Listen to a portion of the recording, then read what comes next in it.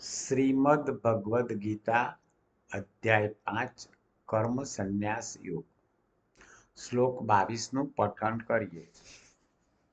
એહિ સંસ્પર્શજા ભોગા દુઃખયોનય એવ તે આધંતવંતઃ કૌન્તેય ન તેષુ રમતે બુધઃ. અર્થાત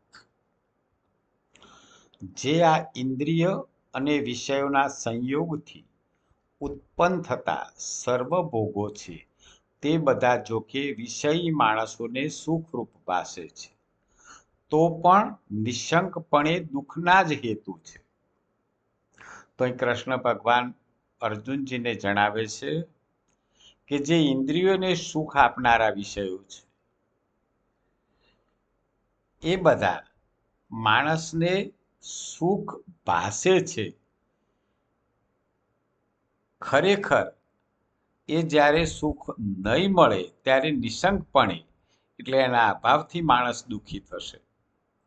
તો ઇન્દ્રિયોના વિષયોમાં સુખ જે માણસ પ્રાપ્ત કરે છે એ અંતે નિશંકપણે દુઃખનો જ હેતુ છે.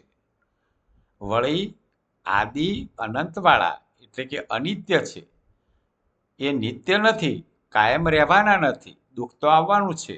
માટે હે કૌંતેય, ડાયો અને વિવેકી માણસ એમનામાં આસક્ત રહેતો નથી.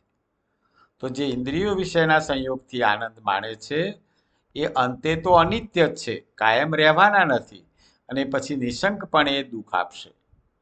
તો ડાયો માણસ, વિવેકી માણસ એ છે કે જે ઇન્દ્રિયોના સુખમાં આસક્ત રહેતો નથી. જય શ્રી કૃષ્ણ.